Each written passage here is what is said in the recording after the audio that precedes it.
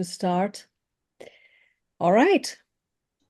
So, one of my most favorite cartoon involving a big cat is Calvin and Hobbes. And as Calvin says, one can read, "It snowed last night, isn't it wonderful?" And his pet stuffed tiger, Hobbes' response, "Everything familiar has disappeared. The world looks brand new." That it's a new, fresh start, a clean start. And Hobbes says it's like having a big white sheet of paper to draw on. And so Calvin says it's a day full of possibilities. It's a magical world, Hobbes, old buddy. Let's go exploring. That was the final cartoon for Calvin and Hobbes in 1995. And in that spirit of exploring, because that is the spirit of these voyage of discoveries, today's topic is feline. And a very warm welcome to everyone. Thank you for sharing your afternoon with us for our 81st presentation. The Nourishment Projects is about joyous curiosity and being part of something much larger than ourselves. Here are some of the references that inform this presentation.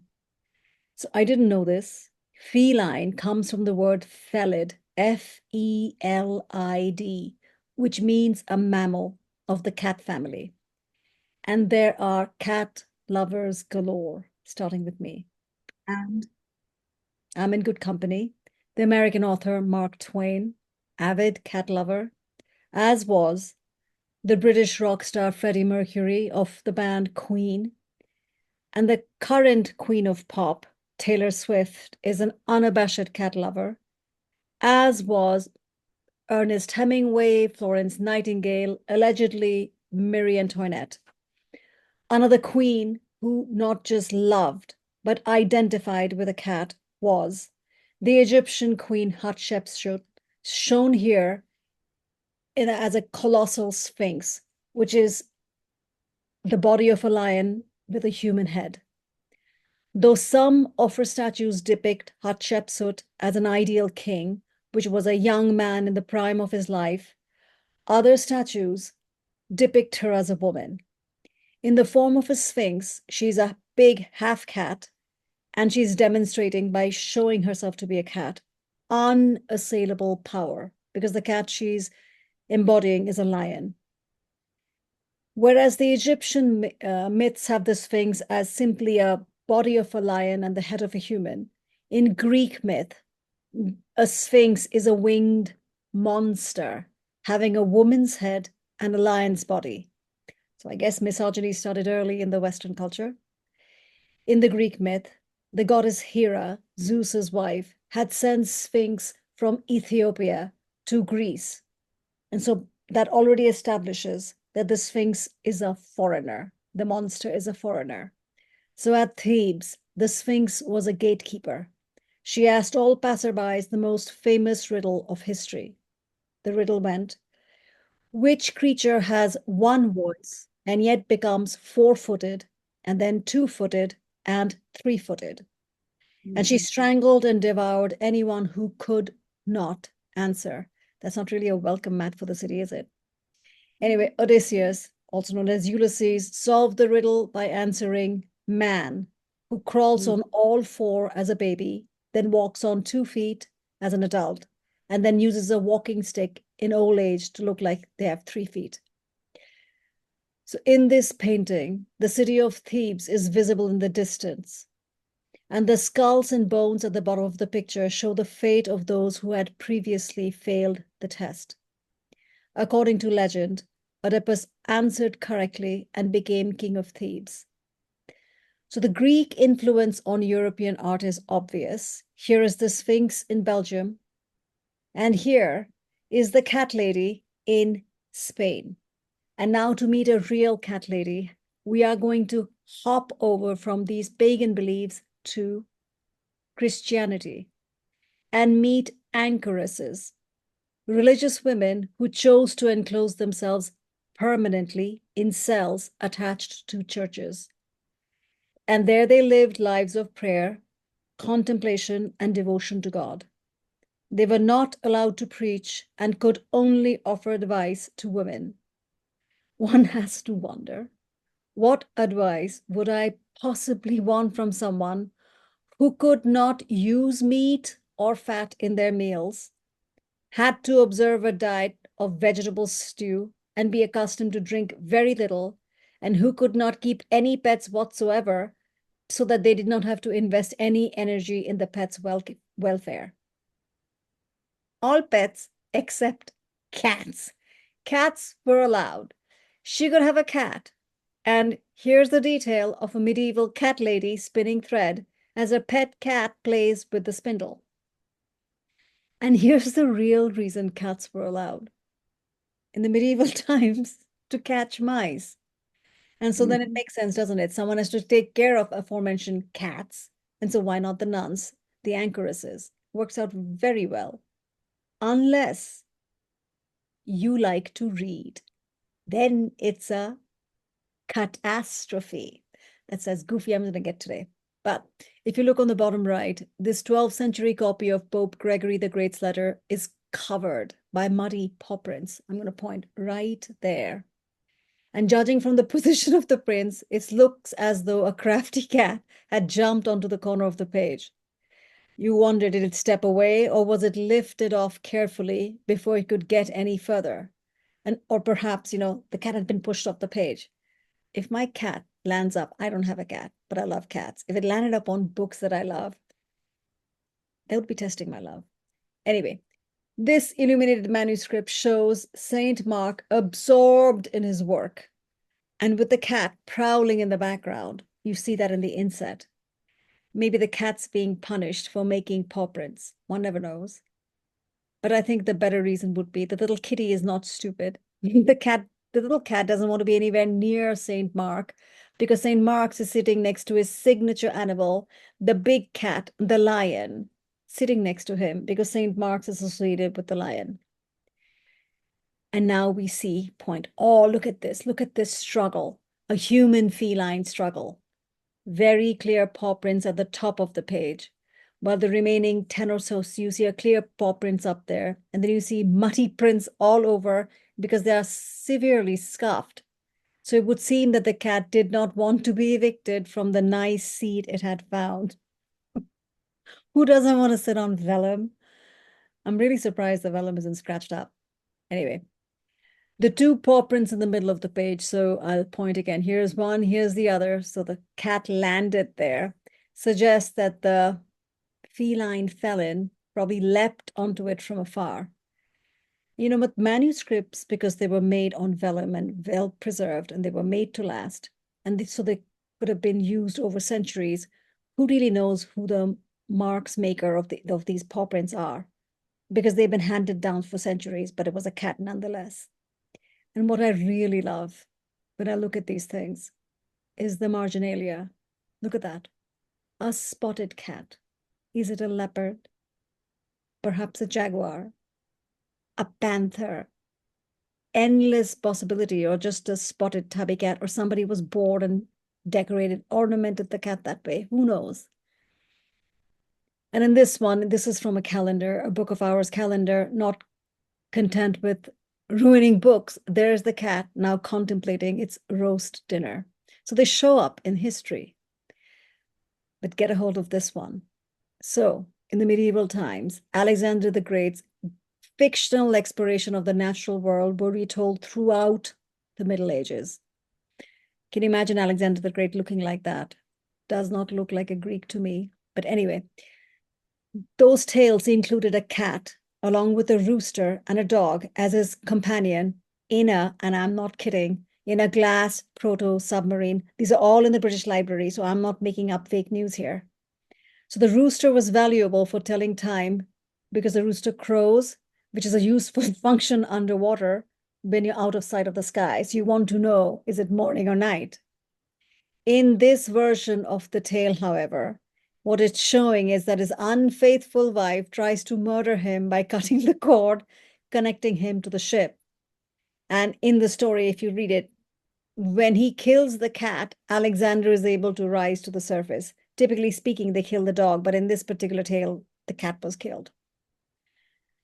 So roosters and dogs and cats in manuscripts again. And we see clearly on the bottom right, the cat catching the mice. Again, spotted cat. But the mice was not always the loser in these exchanges.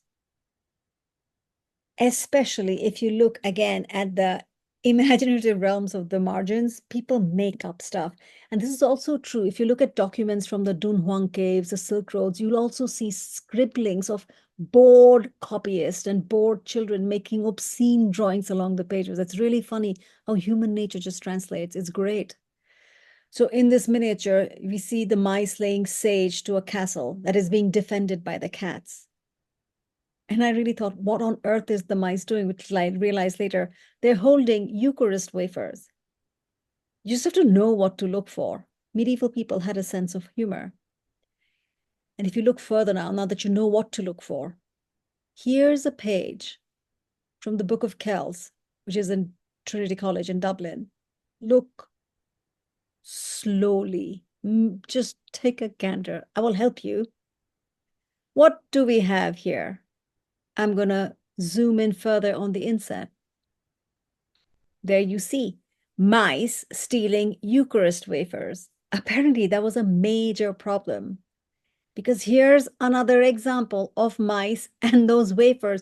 You really wonder, were they flavored Eucharist wafers? Did they like sprinkle cheese on them? You see them all the time. It's very funny if you know what you're looking for. And more than this, brings to mind, hey, little cat and the fiddle. Look at the doodle on the bottom. This doodle was in a bestiary.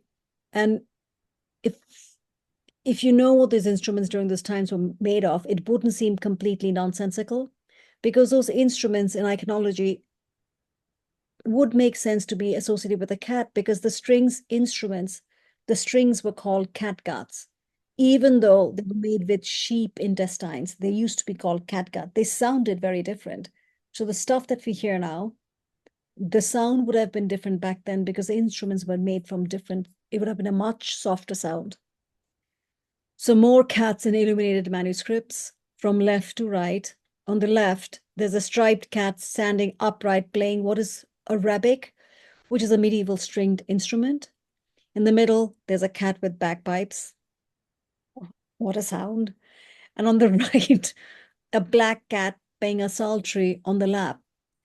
When you see all these musical cats, it brings a new perspective to, for those who've heard it, have you heard Rossini's cat duet?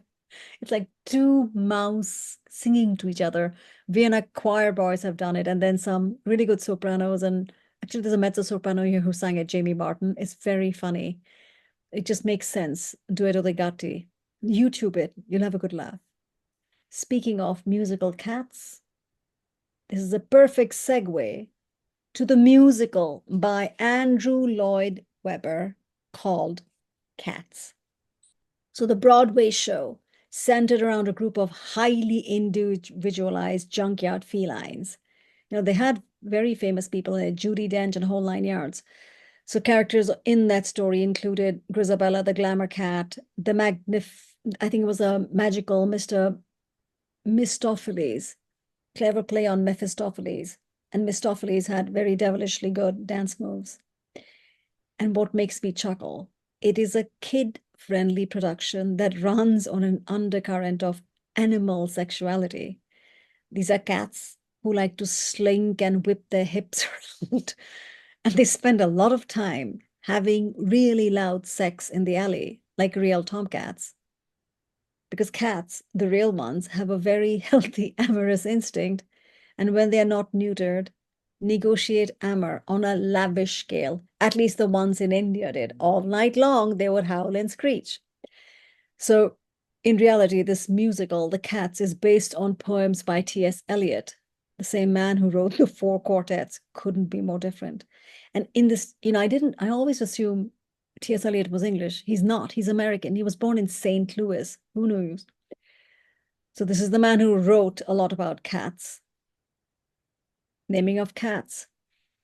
But cats show up in literature, in other 20th century literature as well. Cat in the Hat.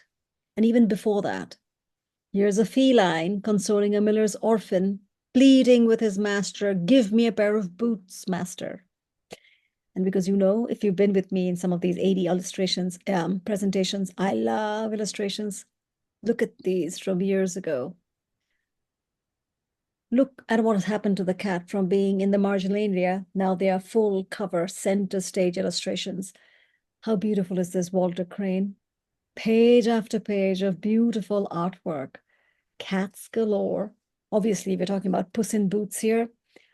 I love Edmund Dulac's work. And the names of the illustrators are obviously given. Other cats in literature and entertainment. Sylvester and Tweety Bird. Then we go from this one, a starving cat, to a fat cat, Garfield. Then we go to a very, very happy tiger, fun, fun, fun, fun, fun, Tigger from Winnie the Pooh. And something much more ferocious, whole lot less fun, Shere Khan from Kipling's Jungle Book. I possess, finally, my favorite Jungle Book given to me by someone I love. Lovely little blue book. We go from Shere Khan to the madcap adventures of Tom and Jerry. Other cats that have charmed us and delighted us. Simba from The Lion King. And one that makes me chuckle, even though many of the song here is now frowned upon. I don't frown upon it. I love it. It is from Lady and the Tramp, the twin cats Si and Am, Siamese twins. And though not possible in real life, Pink Panther. And a major star from the early 20th century. It was this cartoon figure, Felix the cat. And one that, if you haven't seen, I highly recommend. It's a delightful series. I think you can still get it on Hulu. The original ones, not the remake or whatever. It's called the Animaniacs. They're truly crazy and they're just so witty. They have three cats, Yakko, Wacko, and their sister Do. It's pure chaos. They run through time and space. You know, they have encounters with Einstein and Michelangelo, everyone. On the veins of the Marx Brothers, their slapstick humor and just clever puns. Very clever humor. And from clever humor to intelligent humor, my favorite, the 6-year-old Calvin and his stuffed toy tiger, Hobbs, who only becomes alive when Calvin is alone with that stuffed tiger. It's based on the philosophies of John Calvin, the founder of Calvinism, and Thomas Hobbes. And it's not only something that I enjoy, I deeply admire the creator, Bill Watterson. The creator, Bill had eschewed millions of dollars because he deliberately chose not to merchandise his creation, because he knew he did not have the capacity to ensure that the merchandise would keep up with the spirit of the cartoon strip.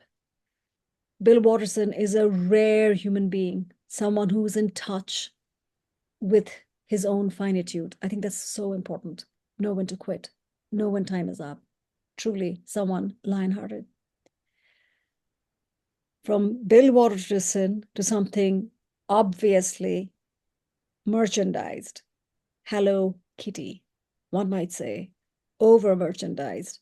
You can find Hello Kitty in every form imaginable.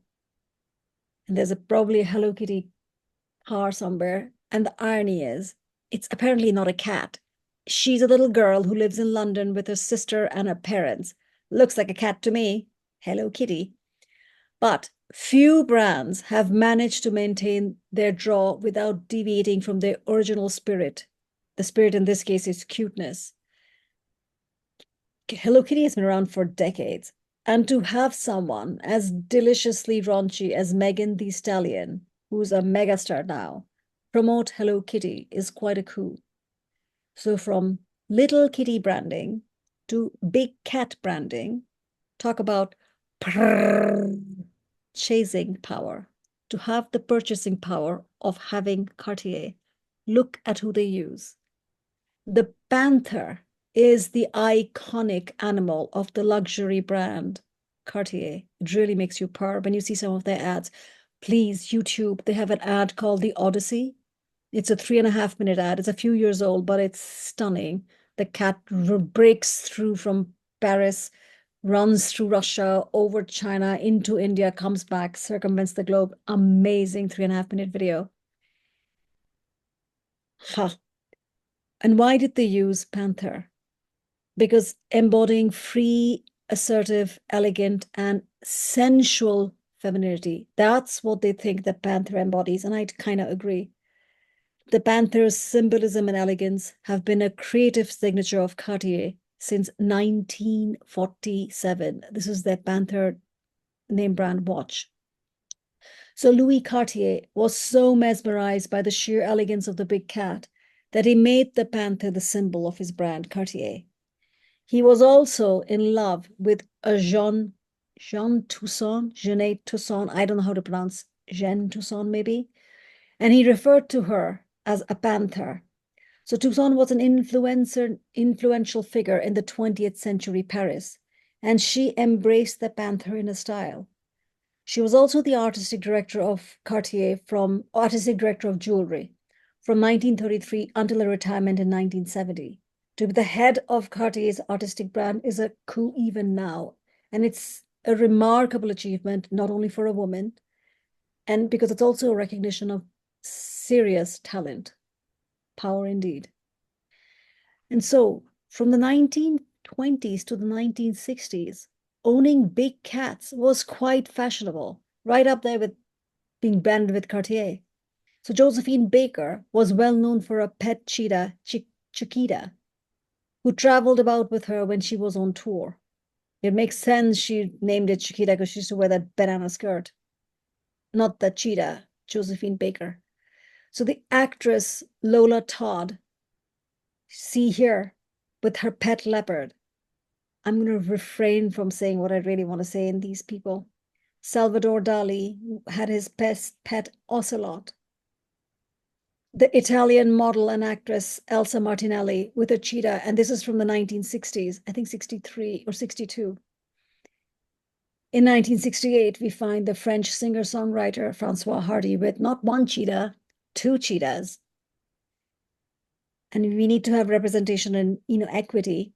If you have cheetah, here's a leopard with her human, American actress and film producer Lana Wood. This is in 1964. And this beastly love affair shows up in films as well.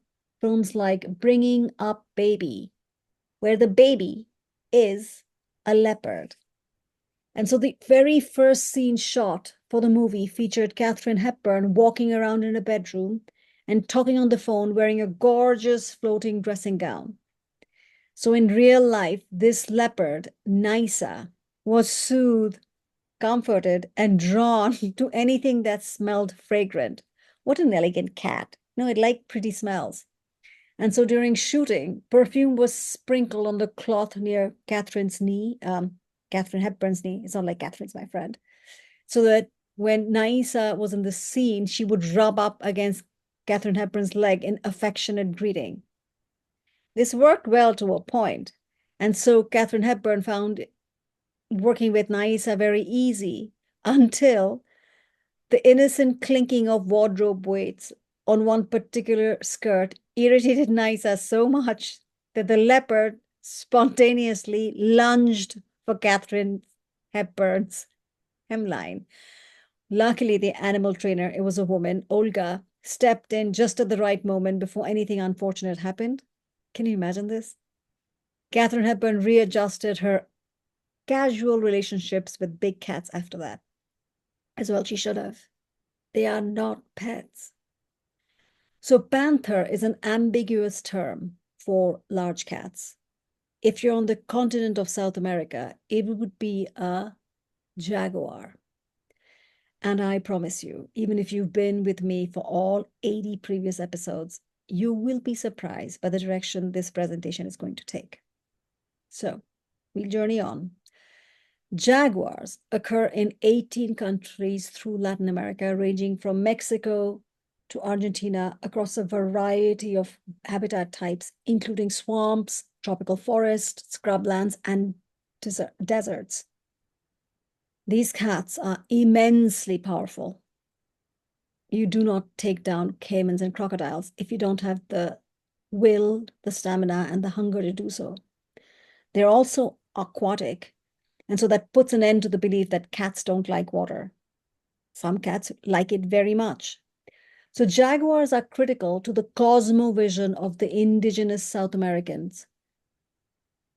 And they believe that jaguars have a paternal role watching out for humans and other species. In fact, some of them believe that when someone dies, they become part of the jaguar, become part of that spirit.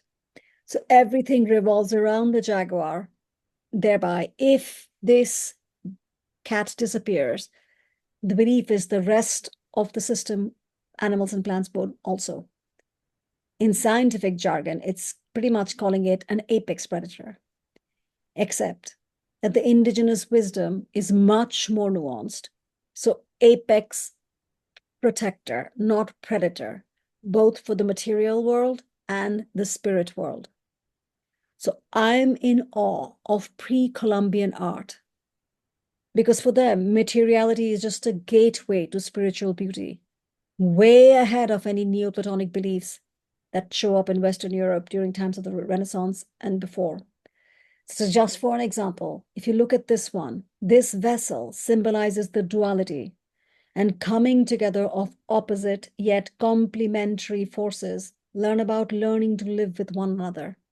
Gold represents the sun, daytime, the dry season, the maleness. Silver represents the moon, nighttime, rainy season, the femaleness. Again, just beauty on every level.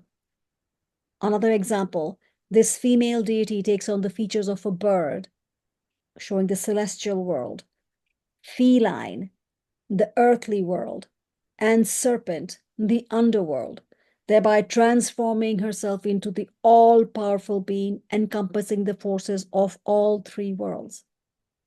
With that in mind, look again now. So the indigenous belief that the jaguar existed before humans and that all territory belonged to the jaguar. As ruler, an obligation the jaguar protects. The jaguar defended the trees and the trees protected the jaguar. And that connection unfurls, ripples, connecting all living creatures, mountain to mountain, ocean to ocean, that nature belongs to all. They believe that an imbalance in nature will cause an imbalance in the natural and spiritual balance everywhere. So everything would be imbalanced if nature is imbalanced. So if you take that in, with all the global biodiversity loss, fluctuations in climate, massive fires and floods everywhere, doesn't that imbalance in nature manifest in the general distrust there is among people? It would make sense, wouldn't it? Nature is imbalanced, so are we. Perhaps it behooves us to balance that outside as well as inside. It's that equity of imbalance. If one is imbalanced, the other will be also. In that belief of connectedness, in that system, that ecosystem, that spiritual belief, in the 16th century came the colonizers with their empire building mindset. So in this map, the green represents the Portuguese Empire and the blue, the subsequent Spanish Empire, because they came into North America. So that from the Treaty of Tordesillas, it is religion that underpins colonization. It was a papal decree allowing you to go spread the word of Christ. And a big promoter of such proselytization were the Jesuits. And so the Jesuits were primarily Spanish in origin because the founder of the Jesuit order, Saint Ignatius Loyola, was a Basque nobleman from Spain. And so the Jesuit reach historically is vast, from far east to all the way to far west. And I would like to share this. This is not part of the story of felines, but this is very important.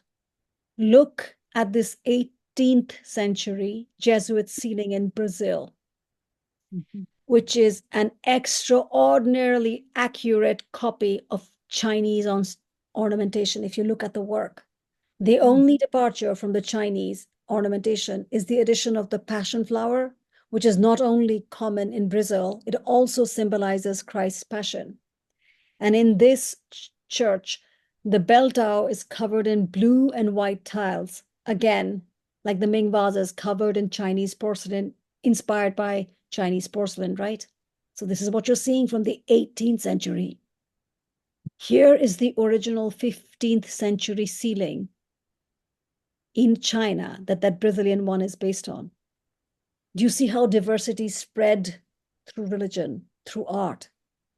And that art, like Jesus, walked across water also. In this case, the water happens to be oceans, the Pacific Ocean, the Atlantic Ocean that goes back and forth. Anyway, you can spend hours doing something on this. I just wanted to make sure I tell you. Anyway, if you go back to the feline, so if you look at the map, when the Jesuit priests, and by that I mean read people from the Spanish Empire, landed in South America, they transited through Buenos Aires and they traveled 700 miles down the Paraguay River. So they're landing here and they're going up the Paraguay River to the province of Asuncion. So they're traveling over dangerous waterfalls and swamps. This is 16th, 17th century. This is not a walk in the park. So keep in mind again, the indigenous had existing beliefs of the cosmovision. So when you're proselytizing, they already have a belief system. They're not just roaming about thoughtlessly. In this pottery, you see a shaman in the middle of a transformation. His human face, with deer ears and a snake protruding from the nose, is morphing into a jaguar. Over and over, if you go to these online museums, I would like one day to go to the actual museum, you see the balanced divinity of the pre-Columbian South America. I love their artwork and their ceramics, all of it. Now, there are books galore on the process that took place in these conversions, well, and also the process of conversion. I'm going to summarize an important part of this. So imagine the determination to build these edifices, which offered protection, salvation to all those believed in Christ. The question to ask in this region is protection from what? So if you look at archives, it's interesting to read what the priests are writing because they are copious note takers. They archive brilliantly.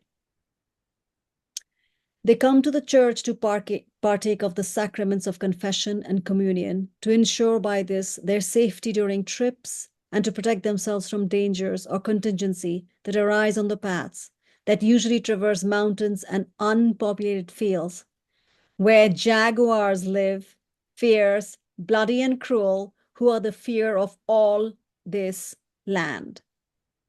So effectively, jaguars were so much of a threat to humans that they contributed to the indigenous going to the church. I am not joking whatsoever, because inside these walls, although they look dilapidated now, they were full-hued edifices, they were churches. The church gave protection from being mauled to death by jaguars. So do consider, for example, natural disasters, because the earthquakes happen in these regions, and in many regions. So it's not hard to imagine a bunch of faithful praying to their Lord when they feel an earthquake coming, come save me. Or if there's a frightful storm, you're crossing a sea, you pray to God.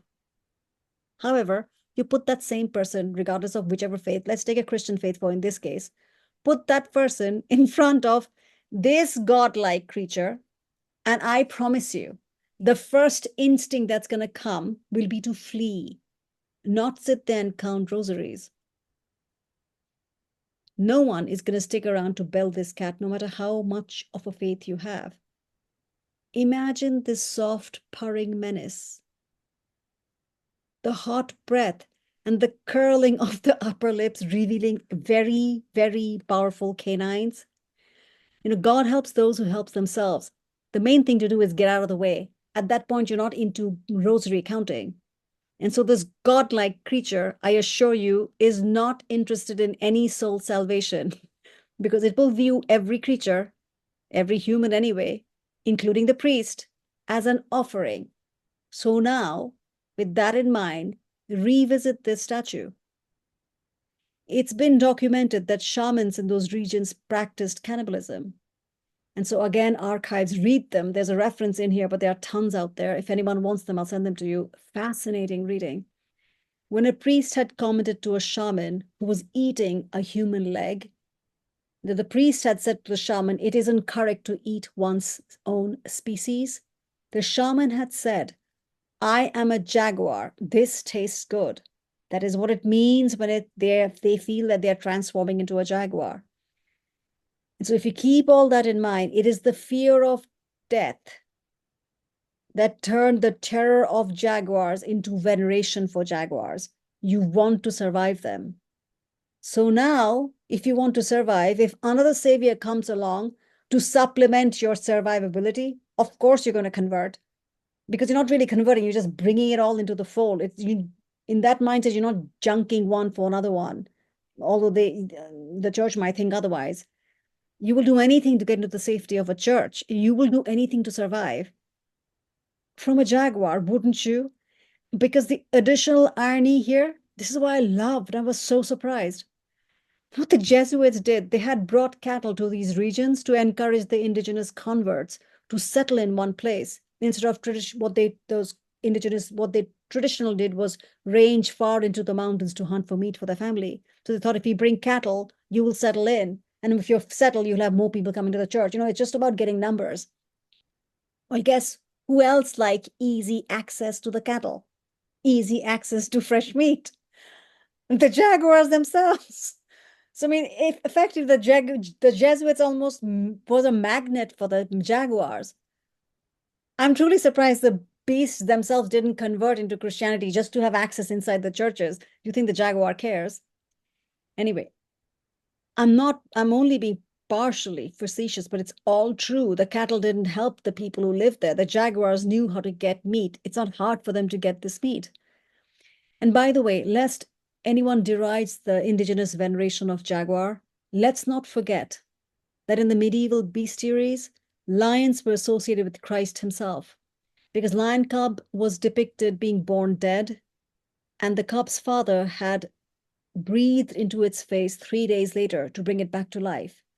And that 3 day time period, it evoked the 3 days between Jesus's crucifixion and resurrection. That's why Jesus is associated with the lion. So belief systems aren't that different. And then again, we also have Saint Mark associated with the lion. So indigenous beliefs of jaguar as God is not something to mock. Not that any of you are mocking it. So many religions in the world, everywhere, have associated big cats with their deities. Hindu goddess Durga rides a lion. Another version of her rides a tiger.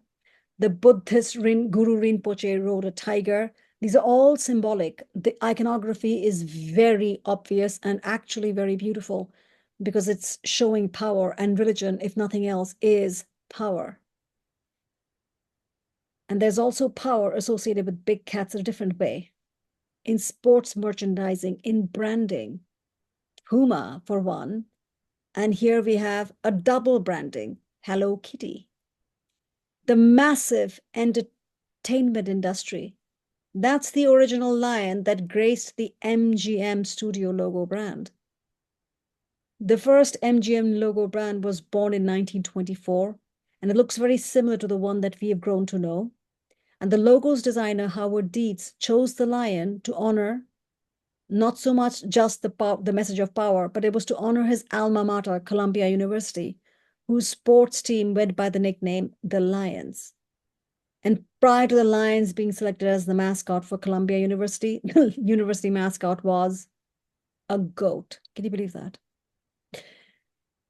And one sees here the Colombian lion giving, come down and say it to my face kind of look to the Princeton tiger standing up on the top of the goalposts. And this is from 1952.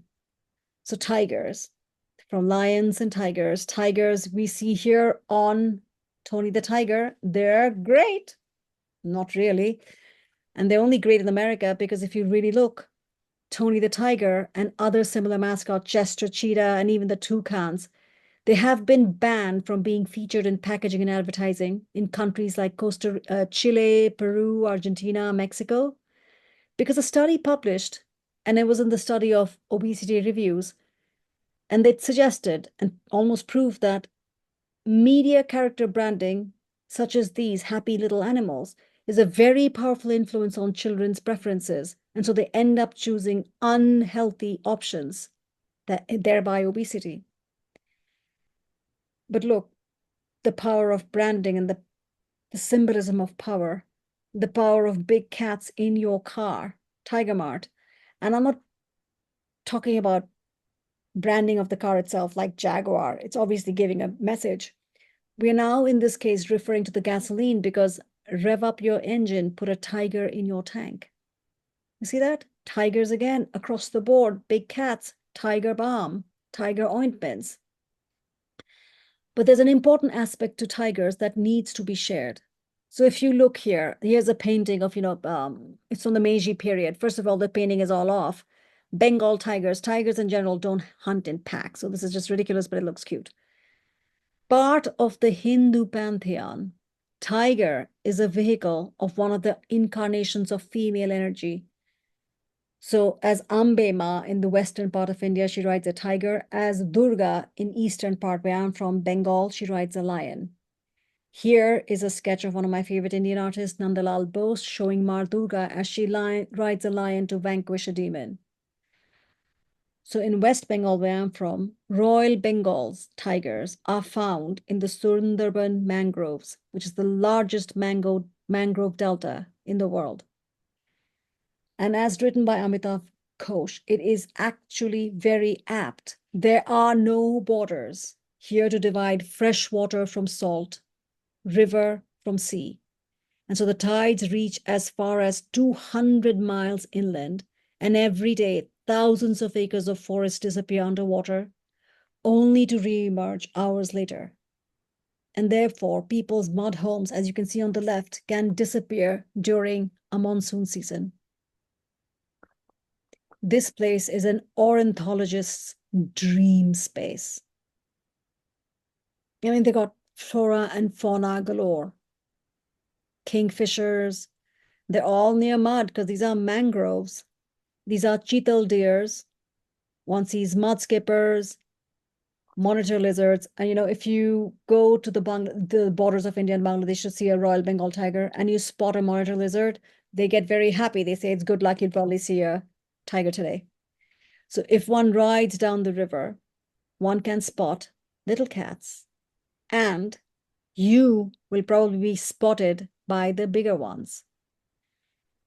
And so when the indigenous go out to get the famed Sundarban honey to sell to the city folks in Calcutta, Kolkata, as they say, there is a saying in my own vernacular which translates as, when you go to catch honey, the tiger catches you. They risk their lives to get this because these are man-eating tigers when they get old, and muds do get splattered on them. But when they are cleaned up, in a Photoshop, they are a glory.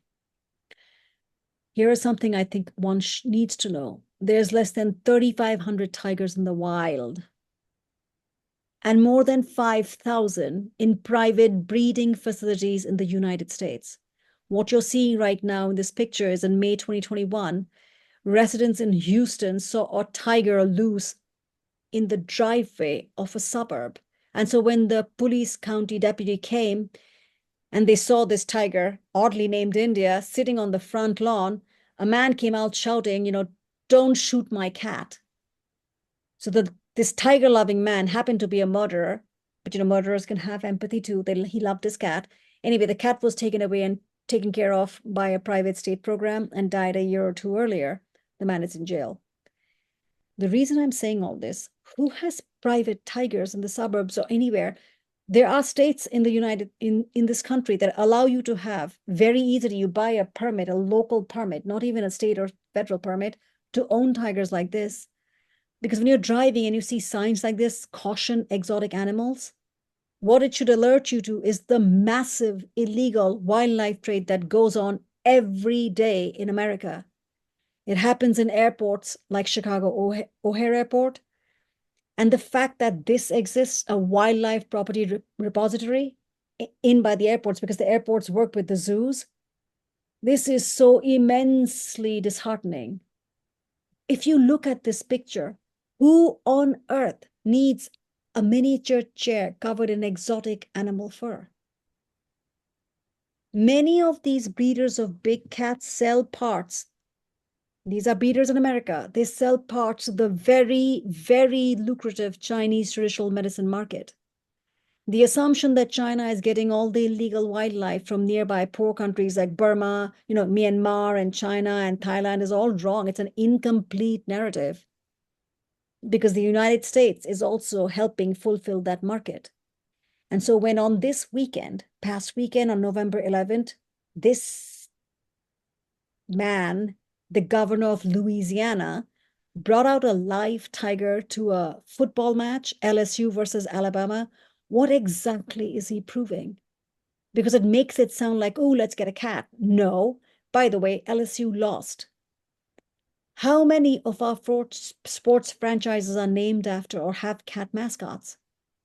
Auburn, the tiger, and at the same game, Auburn's the Tigers, their real mascot, but they also have something called an eagle swoop, and they have an eagle war cry.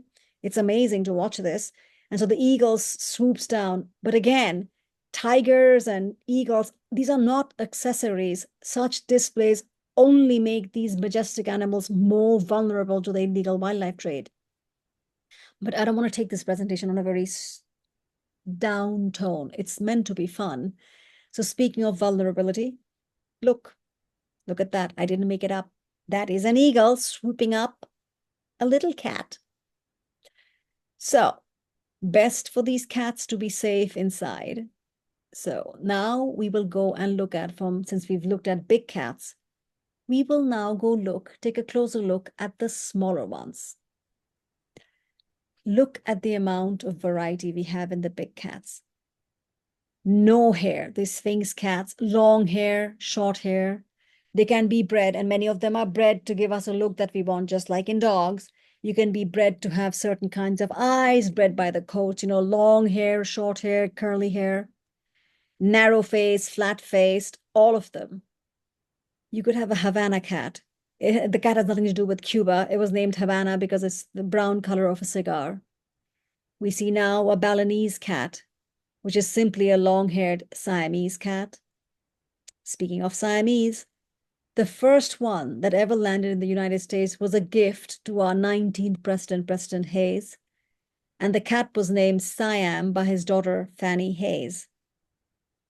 Siamese cats need absolutely no introduction. Look at that baby. From blue eyes to blue cats, they are some of the most beautiful and highly coveted pets in the world. The only thing that tops them in terms of value, in terms of marketplace, are albino cats. So blue coats can range from light gray to dark gray with an intense or a very subtle blue color throughout each animal's fur. And the color of each strand of the cat's fur isn't really solid because each hair shaft contains granules of pigmentation that actually causes the outer coat of the cats to shimmer like blue, depending on where the light falls. So from left to right, we see a Korat. It's a cat from Thailand, the blue British short hair, and the Russian blue cat on the right. Another cat, it's called a rag doll, so named because of their propensity to go limp in the arms of people. These cats adore humans. These are fabulous lap cats. And we have the Persian. High maintenance. You will have to groom them very carefully every day if you want to enjoy that silken fur. And on the other spectrum, hardly any fur, and they were bred to look this way. And they're named after the Sphinx, that Egyptian sculpture that we talked about before. And they're very easily recognizable because of their pointy ears and rather hairless body. But make no mistakes, they are maintenance as well, because they do come in a variety of colors. And they have a fine peachy soft down. It's fuzzy, but because they have loose skin, it makes them very wrinkly and they have to be cleaned. We now see the Japanese bobtail, which obviously the most notable feature is their short tail, which is sometimes referred to as a pom, as in the pom-pom of a cheerleader. And I would want to pause here because Japan is for cat lovers. Or to be more precise, cats should go to Japan to be loved. This is just a gratuitous picture because it just makes me purr. Look at that setting. It just looks, But which cat doesn't want sushi-shaped toys? This one certainly does.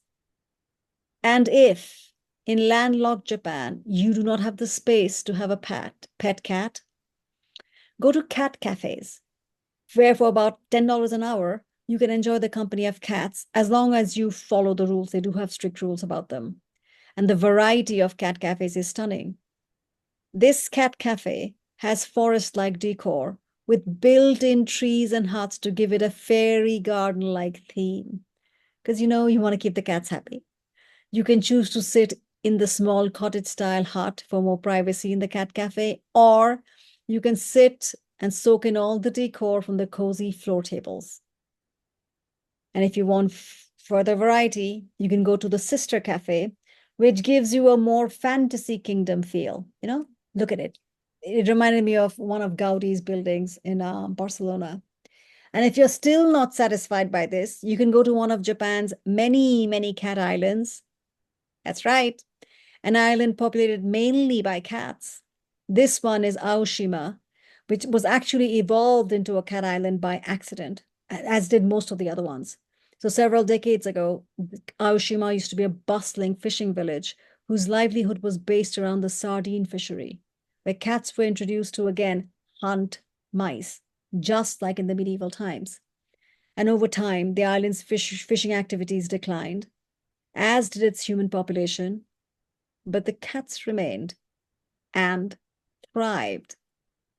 Go there by ferry and be greeted by them. God, can you imagine? There are only 5 non-human residents on the island, and when the humans are gone, who knows? Because they feed the cats, and there's quite a number of mouths to feed at this. And as expected with creatures that have claws, cat fights, real ones. And if you look, they're fighting over this fish. Guess who's going to win? You have a 50% chance. The tawny one got the fish. So Japan's cat culture includes films such as The Cat Returns and the character of the cat bus from the movie My Friend Totoro. And that cat bus reminds me of the very recognizable shape of the Cheshire Cat from Alice in Wonderland. And this cartoon brings our story back to my favorite cats, found ironically in the movie about dogs, Lady and the Tramp. Because why? What is the essence of a cat to me? Why do I love them?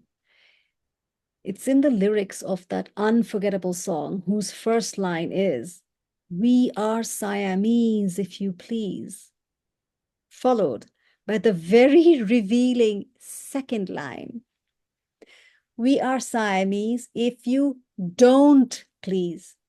Effectively, the cats are singing, I am not interested if you're pleased or not. I will simply do as I please. So to something so redolent of beauty, who will likely spend all proverbial 9 lives caring for their own self with the power of supreme self-possession. All I have to say is, you are master, and I happily yield. Thank you for your time. I hope you enjoyed the presentation, and I wish you joy. I'm going to stop sharing.